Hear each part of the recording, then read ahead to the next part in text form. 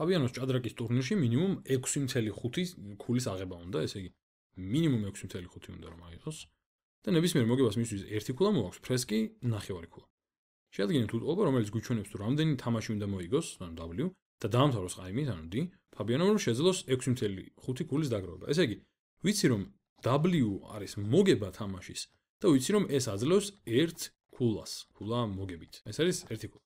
და ამას დამატებული კიდევ ნახევარ ქულას იღებს თუ აიმით დაამთავრა, ანუ თუ ფრეი თამაშა, სხვაგვარად რომ ვთქვათ, თუ ფრეი თამაშა მან, ესე იგი რომ ითამაშოს თქვათ ერთი რომ მოიგოს და ერთი რომ ფრე დაამთავროს, ჯამში ექნება 1 დამატებული ნახევარი, ხო? იდეა ეგ არის.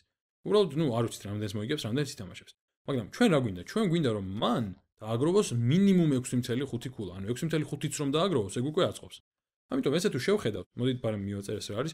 ეს არის ყაიმით მიღებული 0.5 ქულა. ესე იგი, რაღაც რაოდენობაჯერ მოიგებს, რაღაც რაოდენობაჯერ ყაიმით დაამთავრებს და მოგების შემთხვევაში ერთ ქულას იღებს, ყაიმის შემთხვევაში ნახევარს. და მე მინდა რომ ისე გააკეთოს ეს ყველაფერი, რომ სულ დააგროვოს ან 6.5 ან მეტი. ამისთვის უნდა დავწეროთ რომ მეტია ან ტოლია. ანუ ამათი ჯამი მეტი ან ტოლი უნდა იყოს 6.5-ზე. და როგორც გინდა ისე მოხდეს, თავარია იყოს ამაზე მეტი ან ამის ტოლი.